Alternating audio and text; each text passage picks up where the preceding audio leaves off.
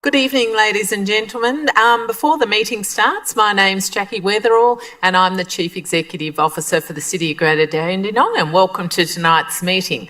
I'm just going to quickly go through Council's governance rules, council meetings, making them a safe place for everyone.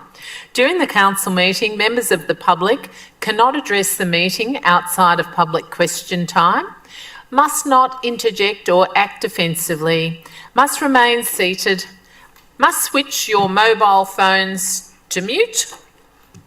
Check mine's on mute as well. Yep. Must not operate any recording device, audio or visual, without obtaining the consent from the Chief Executive Officer at least 3 days prior to the council meeting, and can display placards or posters, provided they're not offensive, do not obstruct entrances and exits to the chamber or impede any view or person. The Chair, tonight, Councillor Sophie Tan, can direct any member of the public to stop interjecting or acting offensively. If that behaviour continues, the Chair can ask an authorised officer or a member of Victoria Police to remove members of the public from the chamber. Thank you.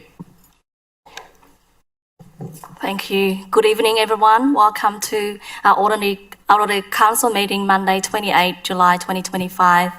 Item 1.1, opening. Item 1.2, attendance. Ms. Weatherall, do you have any apologies for tonight? Thank you, Deputy Mayor. We have two apologies this evening from Councillor Loy Trung and Councillor Jim Mametti. I also seek to advise that Councillor Philip Dan is online this evening, and that's all the apologies. Thank you. I also like to welcome the Venerable monks from Wat Budarangsai Buddhist Temple and Cambodian community here. Also welcome our young leader to the gallery to observe council meeting tonight. Item 1.3, acknowledgement of traditional custodians of land. Those who wish to stand for the acknowledgement of country are welcome to do so. We acknowledge the traditional custodians of this land, the Bunurong people, and pay respect to the elders, past and present. We recognise and respect their continuing connections to climate, culture, country, and borders.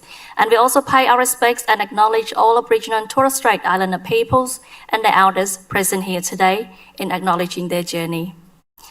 Item 1.4, offering a prayer, reflection, or affirmation. As part of Council commitment to recognising the cultural and spiritual diversity of our community, the prayer, reflection or affirmation this evening will be offered by Mr. Knowles Talvindale, a member of the Greater Dandenong Interfaith Network. Welcome, Mr. Knowles. Thank you. The importance of human connection is grounded in evolutionary biology. A meaningful life must be found in the here and now, in the experiences we share, emotional bonds we create, and relationships we build over time.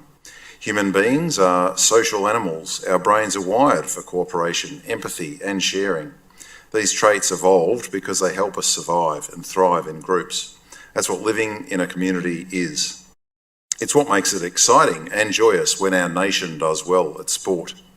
When we build deeper human connections, even with those we have just met, we are tapping into mechanisms that have always helped us endure hardships, navigate uncertainty, and find purpose in a chaotic world. Happiness is a state of being shaped by our choices and specifically our connections with others. Studies consistently show that people with strong social ties are healthier, live longer, and report greater life satisfaction. We all know this core truth. Fulfilment comes from being seen and understood by others, providing mutual support, showing our vulnerability, and laughing along with life. Human connection offers comfort in the face of mortality and a sense of belonging in a vast, indifferent universe. Happiness is cultivated through community by showing compassion and having shared experience.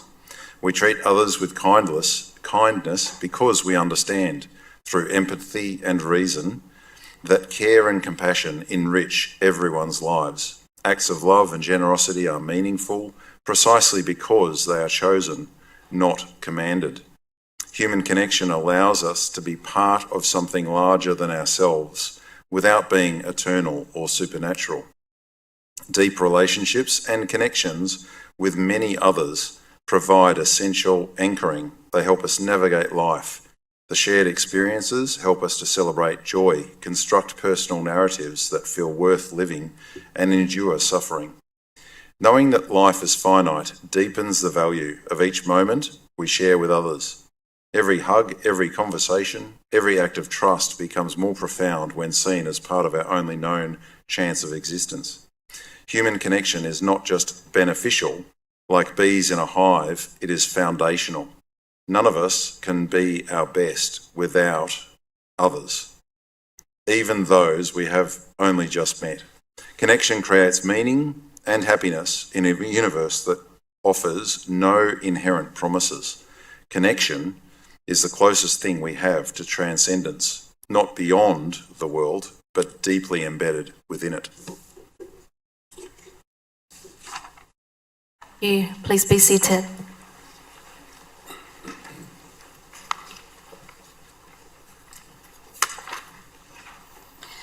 Item 1.5, confirmation of minutes of previous meetings.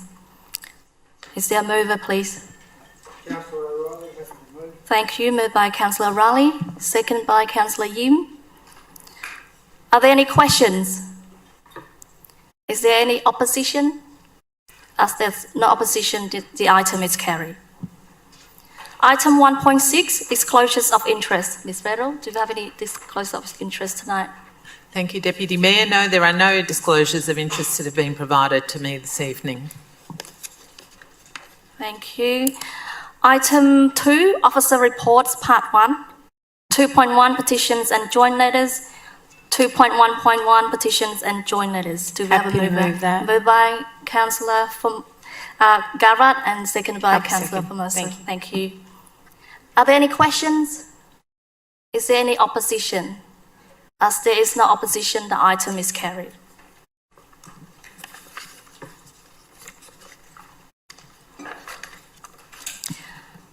Item 3, public question time. Question time at council meetings provide an opportunity for members of public in the gallery to address questions to the councillors, delegates and officers of the City of Greater Dandenong Council.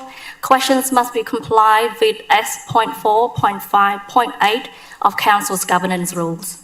Ms. Verrill? Thank you, Deputy Mayor. Now, the first question is from Tai Horn Yim of Dandenong, who is in the gallery this evening. Tai Horn, would you please like to come up to the microphone here? And if you'd like to read out your question, please.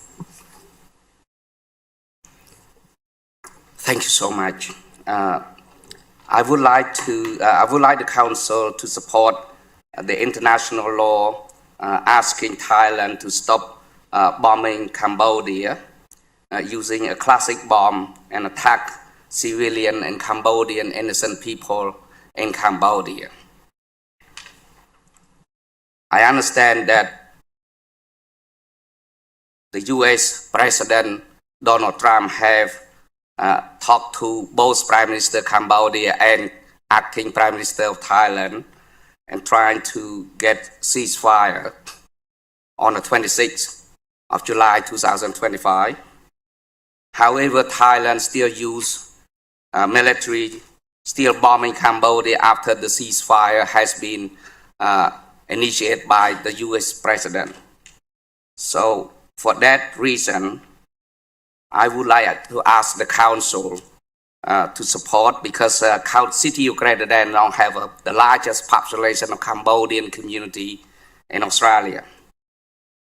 And for that reason, as the venerable abbot of the temple of the Wat Phut Rang say in Springvale South, the president of the Cambodian Buddhist Association of Victoria, the most venerable Sawan Sray, in the galleries, and the abbot Satip Nan is in the gallery here. we would like the council to support that initiative to move the motion to ask Thailand to stop bombing Cambodia, to attack Cambodia. And I would like to the council to make a position clear to ask Thailand to stop inhumane bombing Cambodia, please. Thank you. Ms. Federal, thank you. Thank you, Tai Horn. And certainly I think it's a really pertinent question to ask at this time. I understand that several of the councillors are interested to raise a notice of motion in the future, and I'm sure that's a possibility in response to your request.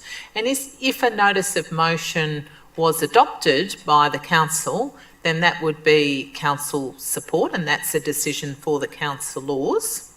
I also have been informed by some councillors, and we have significant both Cambodian and Thai populations that reside in the city of Greater Dandenong.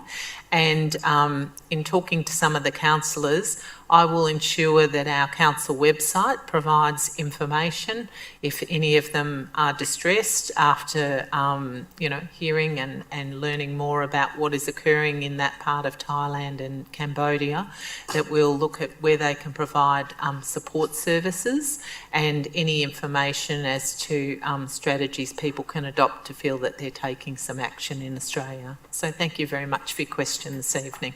Well, thank you so much for that. Actually, yes, like today I received so many phone calls talking about a reflection of the traumatized, in particular for aging people over 70. They are very concerned, and they sort of call reflection about the Khmer rules, about the traumatized that they have along the border before. So thank you so much for that suggestion. Thank you. Thank you. Ms. Federal, next question. Thank you, Deputy Mayor. Our next question is from Pam Naylor of Noble Park, and it concerns the past Corella queries about Springvale South. Leading up to a mass killing of little corellas and other birds at Springvale South, was there any queries or ask for help from businesses located at Athol Road, Springvale South Co-Supermarket? These corellas and other birds have been there for quite a long while. Vegetation removed from the strip outside the shopping centre created a dust bowl. Food put down for pigeons, not corellas. The corellas turned up in volume to the disdain of all who observed them in the dust bowl and in the car park. And the response to that question is, thank you for your question, Pam.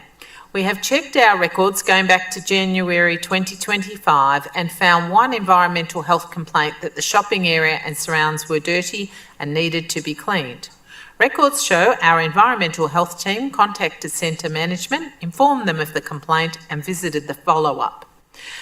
The customer was emailed and provided this feedback.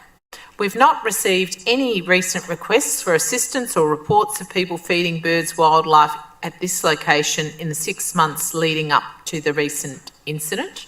But certainly I have had discussions with the executive in regards to this matter, and we did previously have a local law which prohibited feeding of birds in public areas, and I will be having discussions with officers and considering presenting a report for council consideration to change the local law potentially in the future, but that's yet to be determined. Thank you.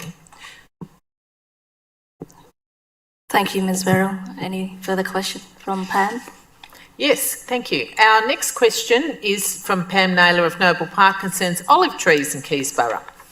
Are there any thoughts, actions on the olive trees that are thriving and fruiting which are planted on verges in Keysborough and surrounding areas? The fruiting trees provide little corellas and sulphur-crested cockatoos with ample food.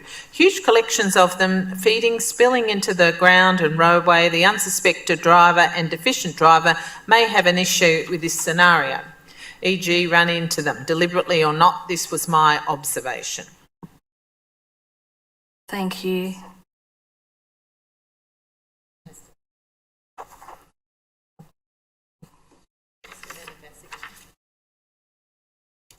Thank you, Mr. Manavaswagam. You have to answer the next for the next response. Through you, Mayor.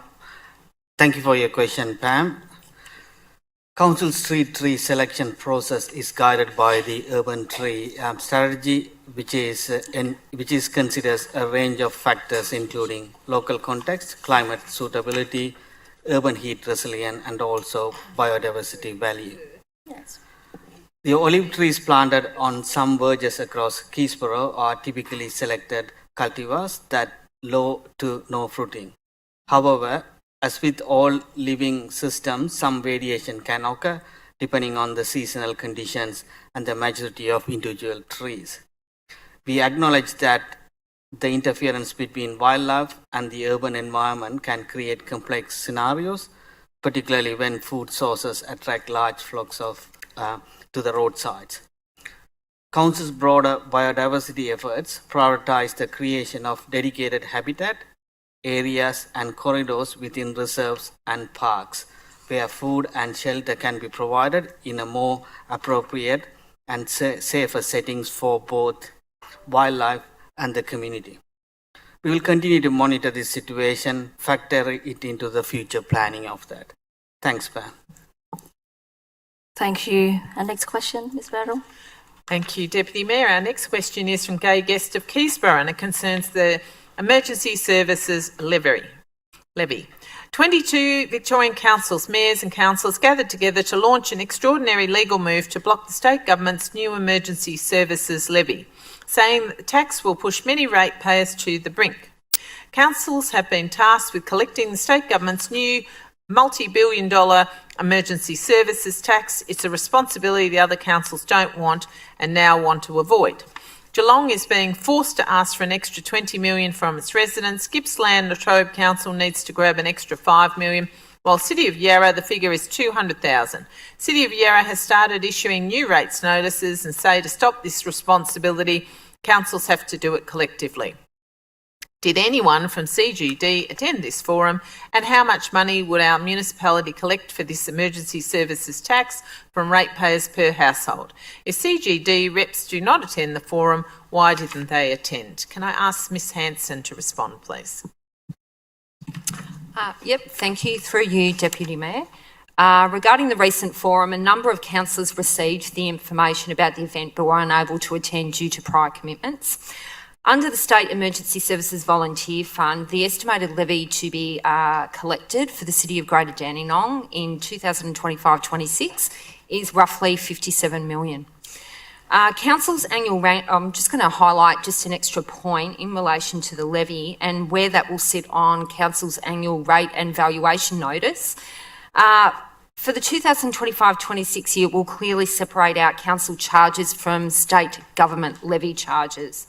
It will distinctly show the Emergency Services Volunteer Fund levy along with other state-imposed levies. Additionally, the rates insert provides a straightforward explanation of each levy charge, helping ratepayers understand that these charges are collected by council but set and passed on to the state government. Thank you. Next question, Ms. Barrow. Thank you, Deputy Mayor. And our next question is also from Gay Guest of Keysborough, and it concerns the protocol of dealing with technological issues with council meeting live streams.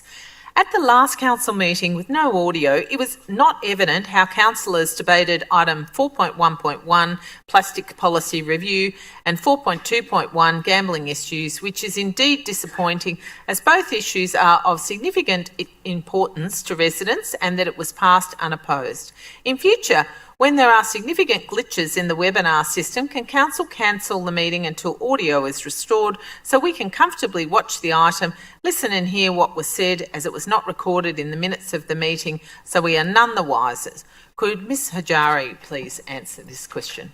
Through you, Deputy Mayor. Thank you so much for your question and for raising your concerns regarding the recent webcast issues during the last council meeting.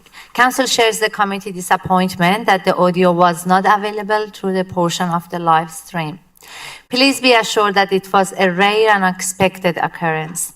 The equipment had been tested prior to the meetings that we do every time and was functioning at that time. Unfortunately, a technical fault arose that was not immediately detectable during the live broadcast. Council is reviewing its protocols to strengthening contingency measures and improve communications if technical issues arise in future. Thank you, Mayor. Thank you. Our next question is Ms. Vero. Thank you, Deputy Mayor. And our last question this evening is from Colin Smith of Dandenong, and it concerns the reduction of parking spaces on Fowler Road, Dandenong. I'm writing on behalf of JDN Monochrome, located at 7 to 11 Nathan Road, Dandenong, to formally raise concerns and request assistance regarding the recent removal of 22 car parking spaces along Fowler Road. The direct outcome of the removal of these 22 spaces is that these vehicles will be parked in the nearest available location, both sides of Nathan Road, directly in front of our business. The sudden influx of 22 Fowler Road vehicles forced to park in Nathan Road will prevent JDN Monochrome being able to dispatch our very long product, as we require significant exit turning circles. We request the Council to alter the existing parking to only JDN Monochrome and accredited distributor staff to park in front of our respective businesses. This will permit us to contact the vehicle owners and have them clear the area as needed when required. We'd appreciate the opportunity to meet with representatives to explore viable options and minimise disruptions to our business and the broader area. Thank you for your attention to this matter. We look forward to your response. And can I ask Mr Manavasagasavam to respond, please? Through you, Mayor. Thank you, Colin, for your question. I can confirm that there are no changes proposed to current parking arrangements on Nathan Road as part of the level crossing removal works. The Council's transport team will be in touch with you to discuss options which may be available to manage your traffic movements. Thanks. Thank you so much. Now we're going to go to item 4, Officers' Reports Part 2, 4.1 Procurement, 4.1.1, 2122-11Q, Building Cleaning Contract Extension Final. Do I have a mover? Moved by Councillor Garrard. Is there a seconder? I'll be the second, Acting Mayor. Seconded by Councillor Dan. Are there any questions? Yes, Councillor Garrard. Thank you, Deputy Mayor. Through you, the item suggests that last financial year, almost $1 million was cost overruns was incurred, and then in fact going forward those costs are likely to go over the $1 million mark. This contract doesn't appear to have any solutions to that uncontrolled costs. In addition, the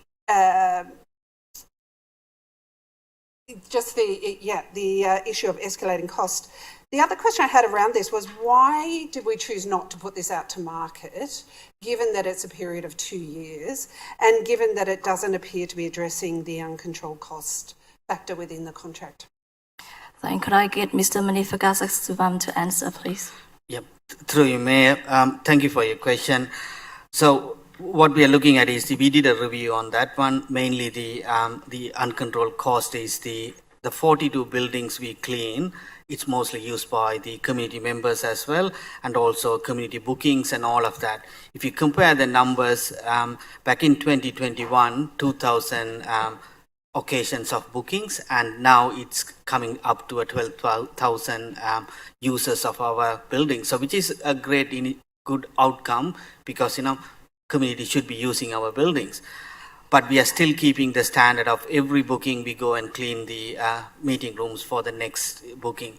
But part of this one is what we are looking at is that's one of the things we should do is around reviewing that how often we clean those meeting rooms after every use. So I'm happy to work with our community services teams to look at and review how often we can clean that, and also that needs to be communicated to the users and the community as well, the expectation of how well the room would be cleaned.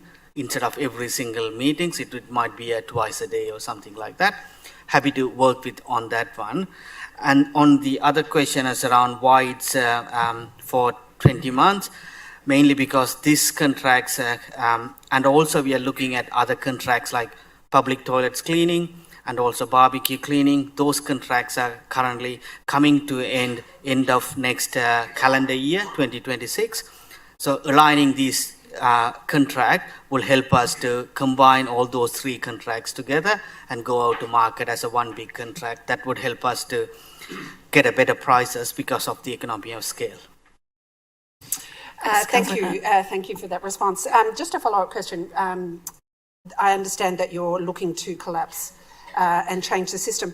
Just regarding this particular contract, is it possible to have some controls? It appears the cost blowouts around ad hoc cleaning. Is it possible to put some controls within this contract just regarding that particular fact? Yes, definitely. We'll put that in place, and also that's what I said. Within the next few months, we'll work with the community users to bring that cost down as well. Yeah, definitely, we'll put some things in place to manage the cost. Thank you. Thank you. Any other questions? No. Is there any opposition? No. If there is no opposition, the item is carried.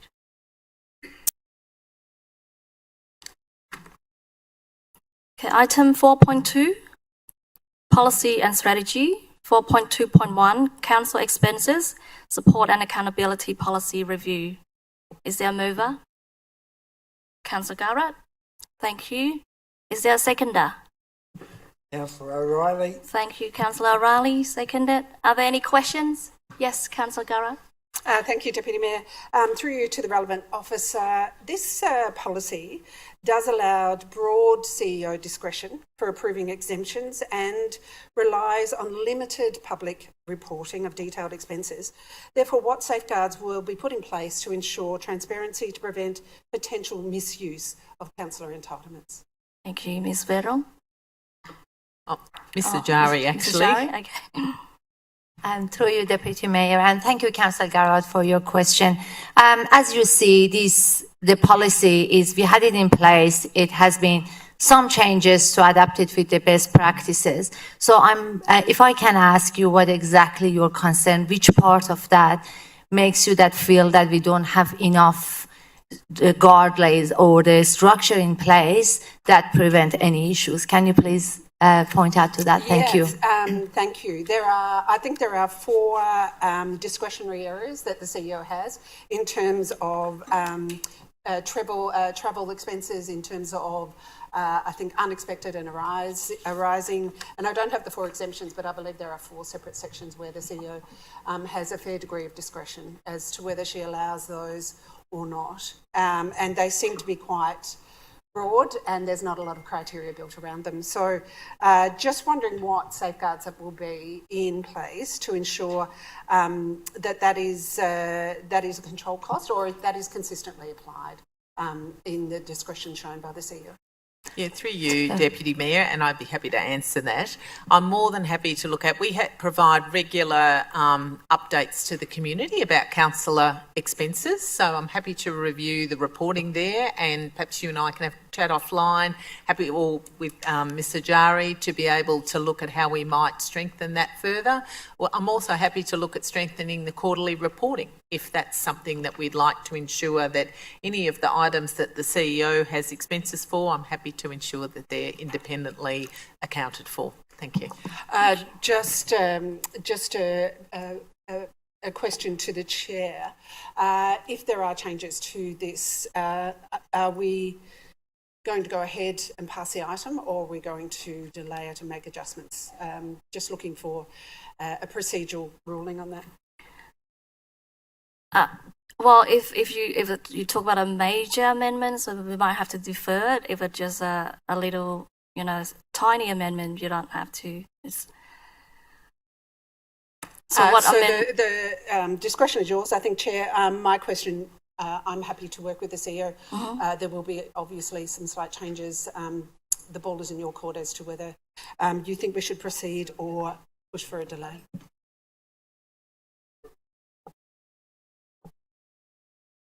Sorry, we don't have to defer if you can work with our CEO for the amendment, because it's just a reporting, it's not policy.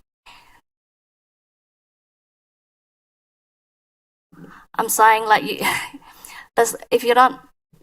if you don't need to defer it if you're going to work closely with the CEO for the changes or reporting, if not the you're, action. If you're happy for change, if the councils are happy for changes to be made past, as the motion is passed, I'm happy to go with your Because ruling. I'm just asking for the question now, so the next one will be if anyone opposing it, then, but yeah, so any further questions on this item? Through you, Chair, can I just clarify? Councillor Garrard, I don't think it changes the policy. It's actually about the reporting is what I'm suggesting that we be clear about what the reporting is.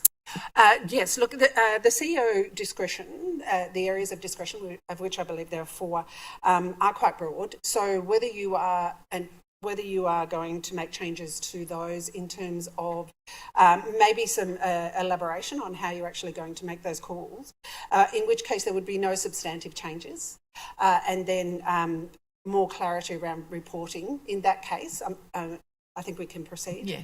So through you, Chair, I'm not proposing to amend the policy per se, but I'm happy to strengthen the reporting in the ways that I report to the council. Thank you. Any other questions? Councillor just a Formosa. quick one, Chair. Just wondering if there are any councillors on this council that actually have councillor credit cards, please. Yes, Ms. Vero, Ms. Hajari. Oh, Hanson, sorry. In answer to that question, as of today, there are no councillors that have cards. Okay, so just to clarify, there were councillors that did have credit cards prior to today? Yes, that's correct. Thank you. Thank you. Okay, so we move, focus on this item. Go to the next one. Is there, sorry? Yes, is there any opposition? No? As there's no opposition, the item is carried.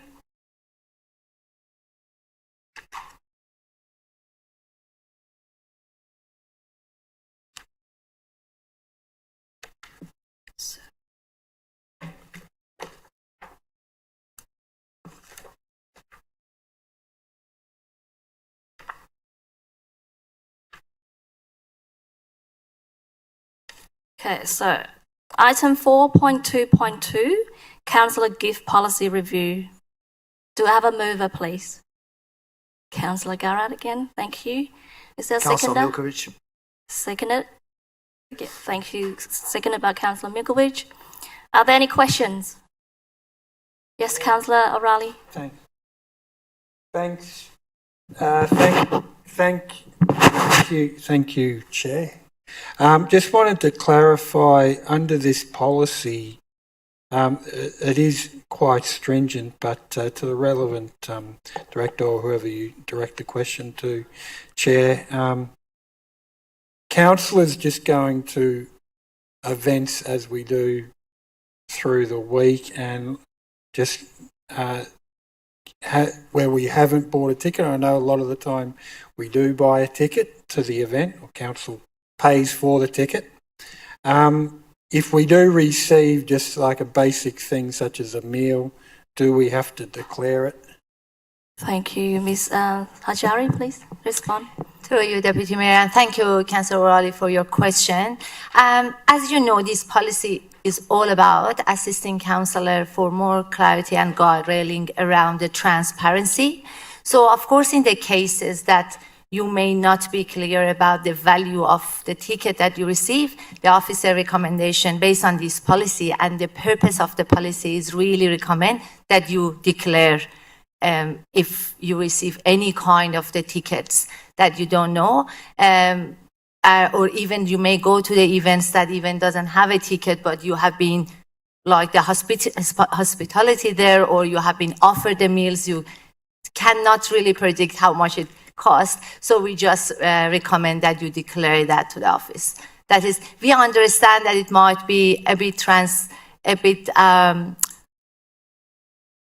it is more about to helping councillors. I'm very happy again in this specific question that is unclear. We support you to how it can be reported. We definitely can support the councillors, but it's all aimed to help councillors for more transparency and guardrailing that against any perception of going over any gift received. Councillor Raleigh. Thank you, Chair. Yeah, like with respect, I thought this was going to be dealt with. I mean, from what you've said, any gift which is of indeterminate value, councillors are obliged to report. So, we can go to the birthday of Springers Leisure Centre and take a cupcake that is of indeterminate value, and therefore it appears from what you've said that needs to be reported. Now, the issue with that is that it sets councillors up to fail against the policy, in that it is not realistic with the number of events that are evident that councillors attend, regularly, for councillors to just have to report every single thing of indeterminate value. So I'd rather have a policy that can be realistically applied and abided by, rather than one where many councillors are going to be in breach under the conditions. So I asked for this to be dealt with in the wording. So sorry, this is supposed to be a question, Chair, sorry. So I'll wait for a response. Through you, Chair. Can I just clarify? The exception is for reasonable hospitality. If you're, as a councillor, attending on behalf of the City of Greater Dandenong, then that does not require declaration. And I think that covers. Thank you, Chair. All good. Thank you. Are there any questions, further questions? No. Is there any opposition? No. As there no opposition, the item is carried. Okay. Right. Item 4.3, other. 4.3.1, notice of motions for MAV October State Council. Councillor Garrett move. Is there a seconder? Councillor O'Reilly. Thank you. Seconded by Councillor O'Reilly. Are there any questions? Yes, Councillor Garrett. Thank you, Deputy Mayor. Through you, my question relates to motion number 2. Given that 24 councils, including the City of Greater Dandenong, lodged the Elevating ESD Targets Planning Scheme Amendment 3 years ago and are still waiting for state government approval to exhibit this, why has this proposal been stalled for so long without progressing to the exhibition stage? Thank you, Mrs. Hajari. And through you, Deputy Mayor, and thank you, Councillor Gara, for your questions. You are right. I believe, before even my time, I believe the planning team in many occasions had advocated as an individual council to the state government, or in a combination with a group of the councillors, or in the previous motion. So that is my understanding, that whenever we had the opportunity has been raised, and when we were looking at the streamlining all of the advocacies, it also came up. But I don't know if the Deputy Director of the City Futures has any further, but I can affirm to you that it always has been one of the advocacies that the planning team put forward when the opportunity was raised, or when has been the opportunity, even as the individual council or as in the group of the councils. Yes, Councillor Garrett. Thank you for that response. Just a follow-up response, given that this is 3 years, and I believe that we have submitted to MAV on multiple occasions on this item. Is it possible to strengthen the motion itself, just pushing that this has been sitting on the shelf for a very long time, and it is an extremely urgent issue in terms of it is around sustainability and important issues regarding building the the built environment. So can we strengthen that motion and push that this this time gets up and gets the attention that it deserves? Ms. Ajari, thanks. Through you to Deputy Mayor. Yeah, definitely. And that is the purpose of having these motions to be presented in October conference in MAV. And as you know, through that, all of the council participated in that with vote. We are hoping that is strong enough that we get the majority to vote on that. It means it will go to the resolution of the council. As you recall, we have 2 times of the May and the October to put the resolution, and we deliberately choose to do that and put the CSD in that one. So we are hoping that through the October conference, and we started also to share with some of the neighboring councils to make sure we get their support. But in the October conference, we are very optimistic that it will come up and will be proceed. Thank you. Are there any further questions? No? Is there any opposition? As there no opposition, the item is carried. Item 4.3.2, LGBTIQA plus Advisory Committee meetings minutes. Do you have a mover? Yes, moved by Councillor Garrett. Is a seconder? Seconded by Councillor Dole. Are there any questions? No. Is there any opposition? No. As there's no opposition, the item is carried. Item 4.3.3, reports on matters discussed at councillor briefing sessions and pre-council meetings. Happy to move that, Deputy Mayor. Sorry, I think that's only 3 of you can move and second it. You need to be attend to all those. Oh, was that No? the previous? Been moved. previous? Acting Mayor. Yeah, I think only Councillor O'Reilly, Councillor Yim or Councillor Fong Lei can move this item. Happy to move or second. Thank you, Councillor O'Reilly. Seconded by Councillor Lei. Are there any questions? Is there any opposition? No? As there's no opposition, the item is carried. Item 4.3.4, list of registered correspondence to the Mayor and councillors. This one I can move. Yes. Thanks, Deputy Mayor. Moved by Councillor Formosa, seconded by second it. Councillor Garrett, seconded. Are there any questions? Yes, Councillor Garrett. Thank you, Deputy Mayor. Regarding a letter we received from the Victorian Minister for Planning to the Mayor regarding the Green Wedge Management Plan, can we have some detail on what was the substance of that letter from the Minister? Thank you, Mr. Minister It's in the Kazakhstan. correspondence. Yep. Through you, Mayor. The details is around Minister of Planning regarding the preparation of the Green Wedge Management Plan. But it's not relevant for CGD, mainly because we already got a management plan in place.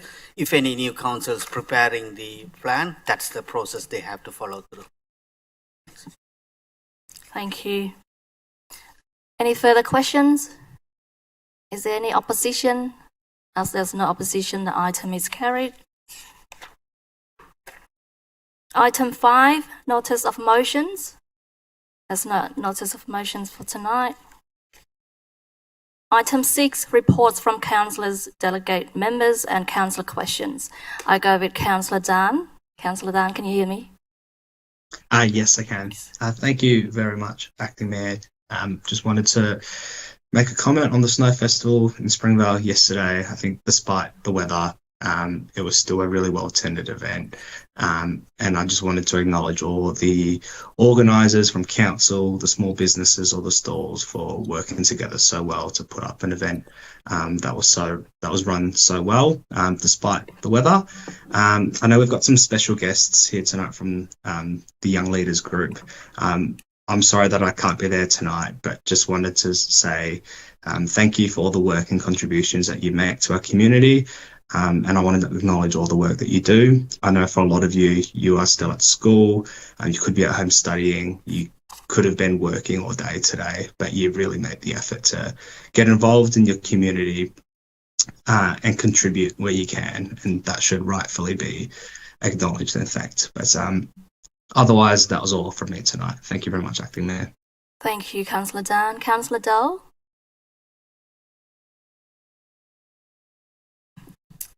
Thank you so much. So since our last meeting, I have attended our monthly Eastern Transport Coalition meeting where we had a guest speaker to advise on the recently finished consultation process from the City of Kingston in regards to their public transport with buses.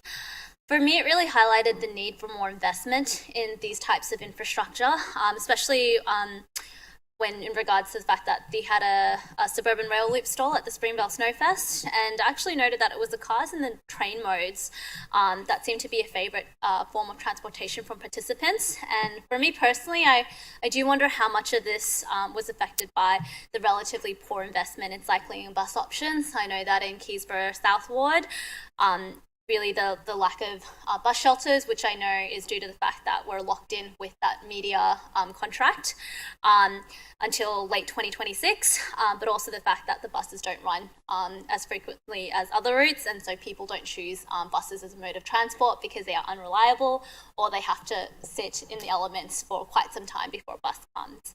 Now, unfortunately, I was unable to attend the forum that was mentioned by one of the public questions due to prior commitments, but I do understand that a number of residents are impacted. Just a reminder that it really is not council wanting to put this forward. It's an obligation that we need to meet as per from state.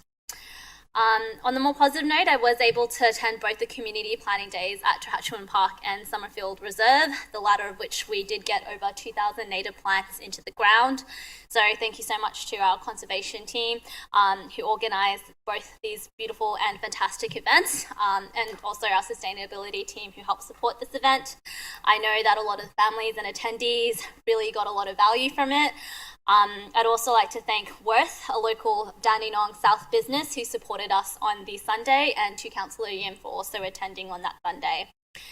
I did have the luxury of presenting at one of the Young Leaders session last week. As Councillor Dan mentioned, they're actually here today. And as actually a previous Greater Dandenong Young Leader, I am just absolutely blown away by the calibre of this cohort and the reminder that the youth are ahead of the time, and yet they've got so much hurdles to jump over. For me, I believe they're starting life at a disadvantage. For example, having experienced COVID during their formative years, the cost of living crisis, the fact that having a second job is almost mandatory these days, navigating a digital age of misinformation, an echo chamber of toxic behaviour online, and so much more. They shouldn't have to be the most resilient generation, but it sure is feeling like it. And again, as I said, the calibre of that youth is just really commendable. And while they are making a difference right now, I just want to say that I do feel really energised by their presence, and that I can see them, right now leading our local communities, and in the future continuing that, whether that's through grassroots movements or through politics. I also just wanted to mention that an elderly Dandenong North woman, unnamed, was murdered 3 days ago. And while the circumstances are investigated, she is the 38th woman in Australia to be murdered. I'd also like to note that Cheryl Moody's tally today sits at 39 women killed in Australia. So even just 3 days, we've had one more death. None of this is okay, and we need to do more as a community to ensure that we get this figure down to zero. I know that Greater Dandenong has made strides in this area, but it is, as a whole, we need to work together more as a community, because the fact that this is happening is just awful. I also attended the Stand of Solidarity for the Druze People of Syria, which Councillor Garrett did attend yesterday, and it is absolutely beyond heartbreaking. The way that we need to take a stand against the suffering, and something that I clearly held to me from that day was a statement made that we need to stand united against hate, persecution, extremism and terrorism in all its form, whether it's happening in Cambodia or Syria and Gaza. And on another note, I do have a few questions to ask as well. To our CEO, while Peter is away, I have provided details regarding truck parking on local streets, as well as nuisance behaviour from pets, which I imagine will also be looked at as part of our domestic animal management policy review. Can you just quickly advise on what we have done regarding those two so far? Isabel. Yes, in regards to the truck parking, our staff have certainly been out there and working on the issue, but based on your feedback, we will go out and have further discussions with those residents. And I understand also there was a nuisance complaint that you put forward as well, and officers have been dealing with the resident about that as well. Thank you so much. And just a note as well, I did have a concerned resident just reach out to me today regarding that a lot of pets seem to have been lost lately. I imagine that this will be taken on notice, and while it's not explicitly mentioned in our DAMP review, is this something that Council's aware of in regards to the uptick of lost animals? Thank you. Thank you, Councillor Doe. I'll take note of that and pass it on. Thank you. Thank you. Thank you, Councillor Doe. Councillor Mikulj. Nothing from me tonight, Deputy Mayor. Thank you. Thank you, Councillor Leh.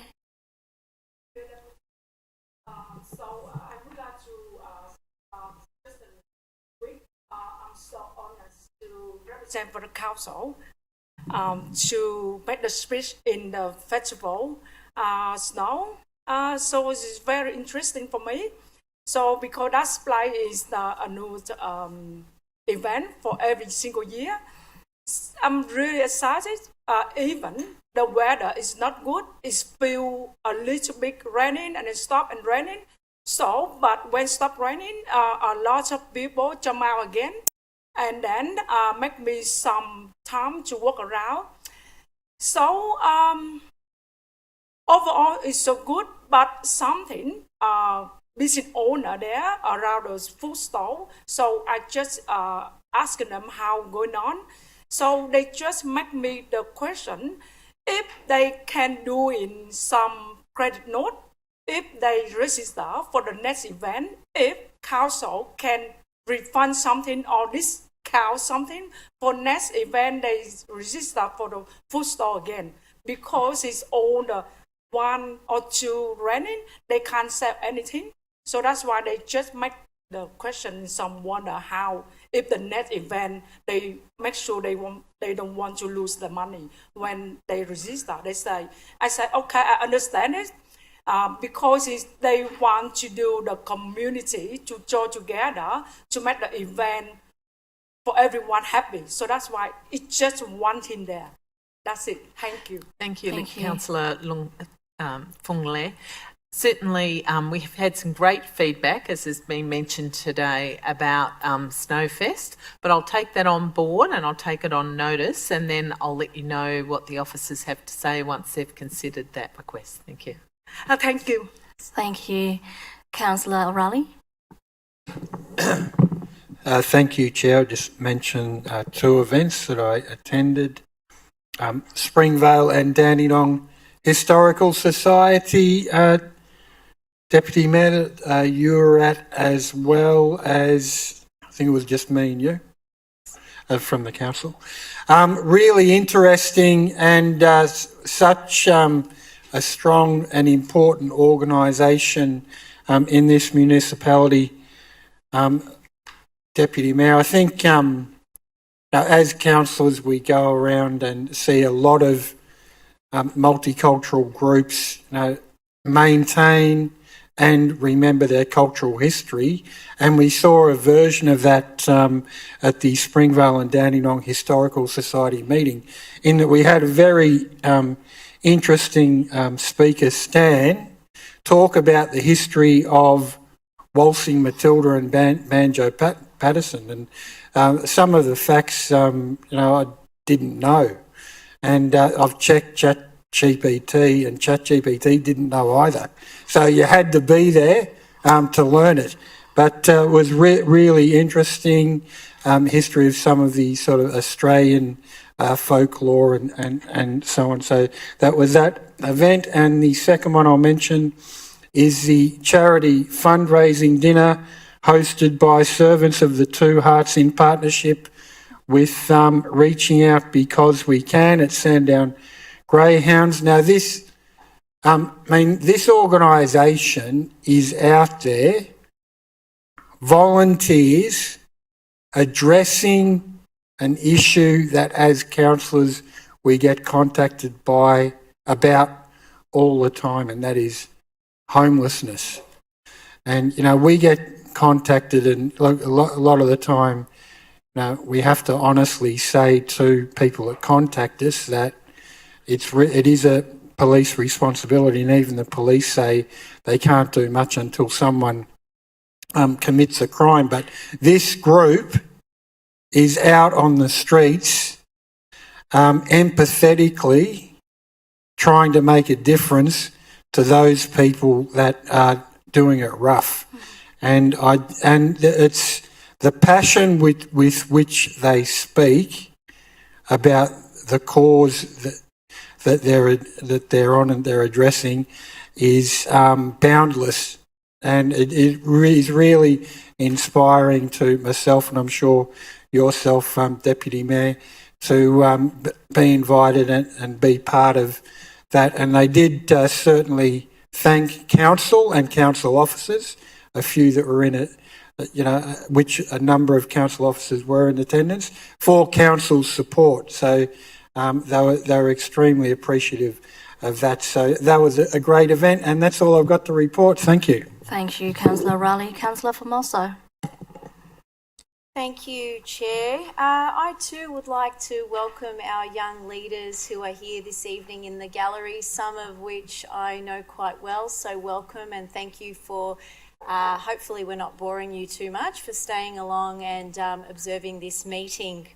It's really, really great to see you getting involved in your local community. The only issue I have is that they did come to speak to us about the forum that they'll be having next week, 6th of August, at Springvale Town Hall. And disappointingly, I've discovered that only 6 or 7 schools out of the 99 within our municipality are actually attending. So for such an important event, where we really need the input and to hear the voices of our future generation, and not taking away from the organisers and the work that they do, but unfortunately I'm feeling that over the last 5 years since being on council, I'm seeing a lot of this. We're only having a small amount of schools actually attending, and I would like to ask the relevant officer as to why this has happened. Are we doing absolutely everything we can to encourage more schools to attend, because clearly there's a gap here, and I'd like as many students as possible to participate and have their voice. Thank you, Councillor Formoso. Unfortunately, Ms Gillies isn't with us this evening, but I'm happy to answer on her behalf. I concur with you. I think it's a really important forum coming up, and I think the more young people we can have involved, the better it is. I will make a commitment to follow up after the meeting with Ms Gillies and report back to yourself and the other councillors around strategies we perhaps can adopt to better market the event, and perhaps talk to the schools that didn't participate as to what we could do differently to help them participate. Thank you. Thanks, Ms Weatherall, that's great. Yeah, I'm noticing it's the same kind of schools each year, and it would be really good to get the perspective from many of our diverse schools within the municipality. But once again, thank you for joining us this evening, and thank you for the work that you're doing to better our community. The other thing I wanted to mention is that I'd like to commend council officers once again for updating the option to have the public question time form available online. I believe that that's happened and it's up and running. I haven't checked, so I'm taking your word for it. So thank you very much for doing that and making it a lot more accessible for our residents to do so. I attended a South East Leisure Board meeting last week, which was as productive as always. Our new board members are settling in quite well, so interesting times ahead for us. And it was very interesting that an olive tree question was asked this evening. If I had $1 for the amount of times that I've had residents complain to me about the olive trees that have been planted, I'd be a very rich woman. It's a nuisance in the sense that the olives, once they fruit, fall onto footpaths, onto the road. It's a slip hazard.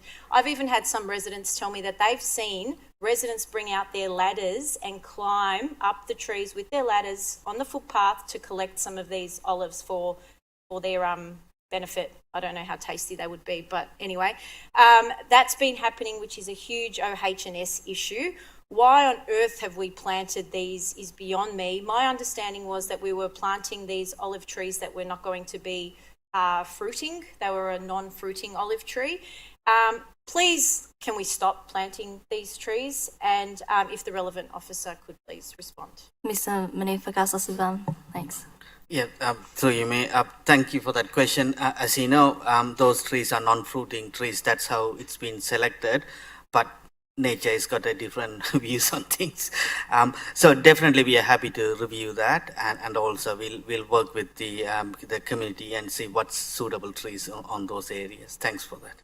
Thank you. Thanks, Mr. Manivagasam. That's good to hear. We certainly don't want to be planting any more of those. Another thing I'd like to bring to everyone's attention, and I have spoken about it a few weeks ago, the Browns Road barriers. Thank you to the team that have updated me on this matter, and we will have these replacement bollards put in September. But what I've noticed and what's really disappointing is that I have now, since then, paid a little bit more attention and noticed that there are several other concrete bollards throughout our municipality. So I'm still really, really perplexed as to why we would remove the bollards that were already there to be a buffer for these residents on this corner house, when in actual fact we could have waited until we had the replacements ready to go. So that's like a 2 or 3 month wait that residents are potentially at risk for us to comply with OH&S, yet we still have these concrete bollards throughout the municipality. I don't understand this, and I'm still really annoyed about this. So could I just get a response, please? Thank you for your question. As I previously mentioned, it could be like some of those poles were damaged, part of the accident, and also part of that maybe all the concrete posts may have been removed. But we are closely working with the community and also the residents to replace them. As you mentioned, September we'll be replacing them with a suitable bollards. Thanks for that. Again, yes, there were 2 that were damaged, but 2 that were perfectly erected, which could have stayed there as a protective mechanism. So for me, that's just crazy. I understand removing the damaged ones, but the ones that were fine should have stayed there to protect the houses at the corner.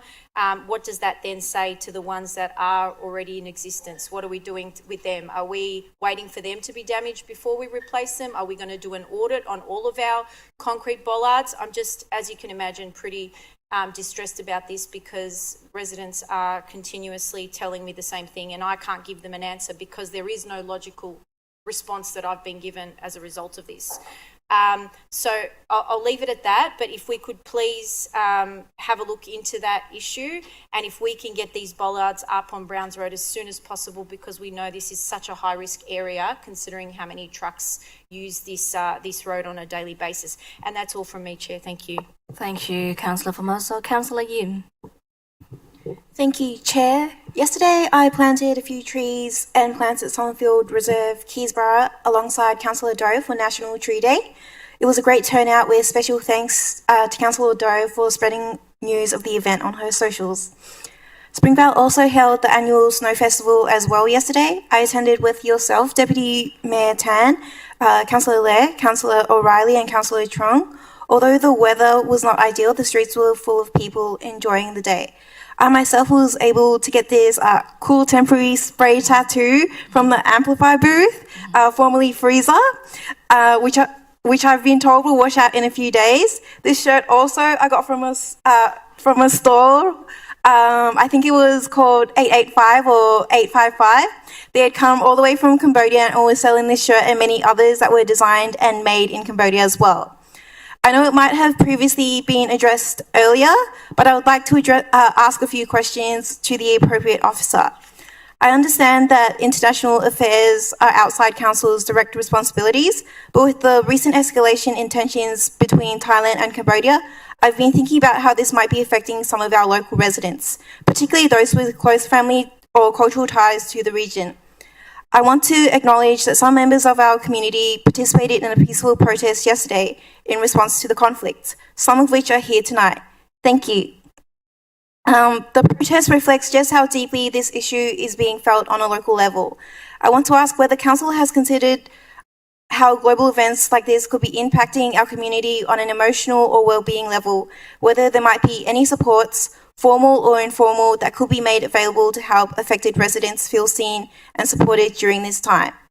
Lastly, could Council consider whether a small acknowledgement or gesture of solidarity might be appropriate in helping to ease any fears or anxiety some residents may be experiencing as a result of this ongoing conflict?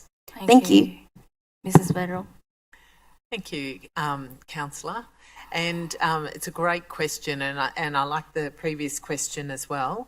In regards to supports, as I said previously, we understand that many of our residents, both from Cambodia and from Thailand, are being triggered by recent events in that area. And certainly I've been talking to the staff this afternoon about how we can offer access to information about counselling services and also about services for people who might be victims of torture or trauma or other culturally appropriate support groups which may be Cambodian related or Thai related. So certainly we'll have a look at that and we'll provide more information on our website and contact those appropriate community groups and provide them information about that. In regards to the second part of your question, could Council consider a gesture of solidarity? That's a question for the Council, but as I said to you, I know you're interested to consider a notice of motion. Officers would be happy to help you draft a notice of motion for the consideration of your colleagues at the next council meeting. Thank you. Thank you. Any further question, Councillor Jim? No, that's all. Thank you. Thank you. Councillor Gara? Thank you, Deputy Mayor. The theme seems to be conflict tonight, and my thoughts are with the affected communities, and it's important that you're here tonight and you've raised this issue and you've raised community awareness of this, and I certainly hope that a gesture of solidarity of some sort is forthcoming. We do seem to have conflict in many places right now. We have the shocking situation in Gaza right now, where as we speak 100,000 children are starving to death, and 2 million people are at risk of starvation. We're seeing concentration camps formed, and we are seeing displacement plans developed. These are shocking situations, and as we know, many in our community are deeply affected also with that conflict, and that is affecting so many of us. And we are certainly hoping that the Australian government is stronger in their advocacy on that issue. In terms of another conflict, as Councillor Doe said, we attended the Druze community yesterday, which was a solidarity event in relation to what is happening with the Druze community in southern Syria right now. The community in the Syrian city of Suwaida are currently subject to extreme violence, and in fact 2,000 have been murdered in the last 2 weeks. This is causing extraordinary distress within our community, in the communities of Kingston and City of Greater Dandenong, where many families have directly lost relatives, uncles, cousins, and there is an enormous amount of distress within the community. We heard Councillor Hadi Saab, who is well known to many councillors here, who spoke for his community, and he asked for stronger advocacy for the plight of the Druze that is happening right now. He was extremely critical of the lack of response by the federal government, and he too has asked that councils also strongly raise this issue, and perhaps we can also look at a notice of motion next week. Just moving on to questions. I have some questions regarding the rates notices that are about to come out. Residents have asked questions about those that have chosen not to get paper rates notices and that are working within their portal. They have noticed that only a global figure is provided, and that's not broken down into the emergency levy or even the quarterly rates costs. And so my question is, if people have opted not to get a paper-based notice, how are they able to work out the breakdown of their notice? And also, just regarding hardship provisions, we know that we do have hardship provisions for our rates notices. but does this apply to the emergency fund, which is a much higher figure than it was in the past? And just lastly, and you may not be able to answer this, but it is curious as to why residents aren't able to pay directly to the state government that cost, given that we pay many other direct costs to the state government, and why it is that local councils are in fact acting as a collector for the purposes of the state government, which seems rather pointless. Ms. Hanson, please. Through you, Deputy Mayor. Thanks for the questions, Councillor Garrard. I'll try and answer these. I'm guessing there's three here, so I'll answer the first one. The first one's in regards to our online portal. I'd have to take that on notice or refer that and discuss that with the Chief Information Officer, because part of that is related to our systems, okay, and what a ratepayer may see on their account. And what it's feeding off our property and rating system. So I'll take that one on notice. For ratepayers that have opted not to receive a paper bill, they would have had to have opt to actually receive a digital one. Under legislation, we're required to mail the annual rate and valuation notice, so they can't opt out not to receive it. But I will just clarify that where they have opted out, most I would suggest would receive a digital bill, but I'll just confirm it. In terms of the third one, which is hardship, the hardship question was in relation to, sorry, if you can just... Into the levy.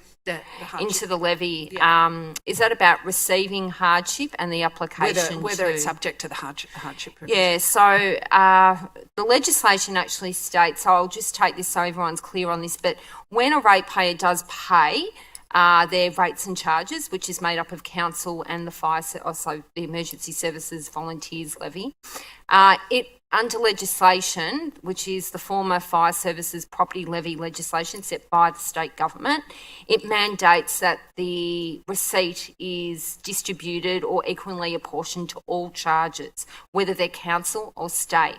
In terms of hardship, council has the option to apply it only to council rates and charges. So i.e. the waste charge, not the waste levy, or just general council rates. At the moment, our practice is it applies to just council rates and charges.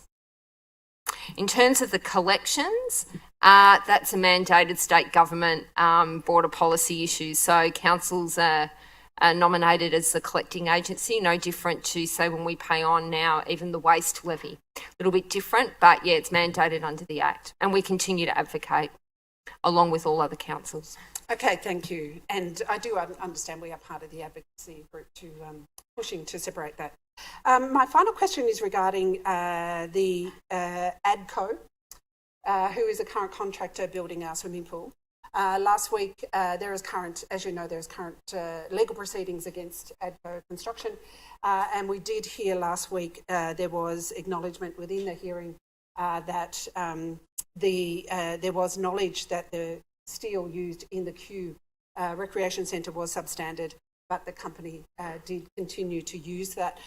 In light of this, will there be special checking mechanisms within the construction of our swimming pool to ensure that these practices that have now been made public are not happening to our swimming pool, and that we will not find that we are in the same situation as the City of Bundoora? Mr. Manif Makasasivam. Yes, through you, May. Thank you for that question. So, as part of the tender process, we put number of processes in place to stop that. One is all the steel needs to be bought locally, which means within Australia, there won't be imported steel accepted part of that. And also we have 3 checking mechanisms as well: independent checking, ADCO checking, and also ADCO got their own independent checking as well. So it needs to go through all these processes before we use those steel on our construction. So those mechanisms would help us to stop that things happening again. Thanks.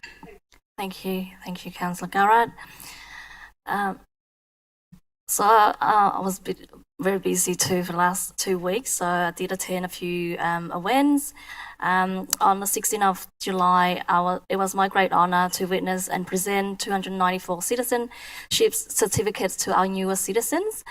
We had the Honourable Julian Hill, MP, Federal Member for Bruce, Assistant Minister for Citizenship, Custom and Multicultural Affairs, and Assistant Minister for International Education, and Mr. Meng Heng Tak, State MP for Clarina, also joined us for the first session.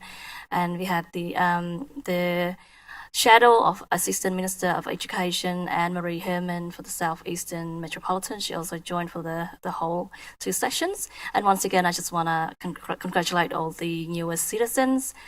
On the 18th of July, I attended the Afghan Youth Connect events, which recognize and celebrate the remarkable progress of the participant in the Keeping Afghan Girls Active KAGA program, as initiative proudly supported by the federal government.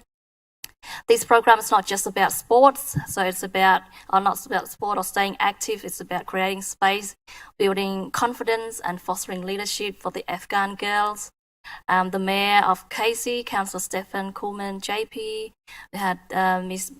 Melinda Wilson, MP, State Member for Narrabri North, and Ms. Pauline Hanson, Richardson, MP, State Member for Cranbourne District, also attended as well.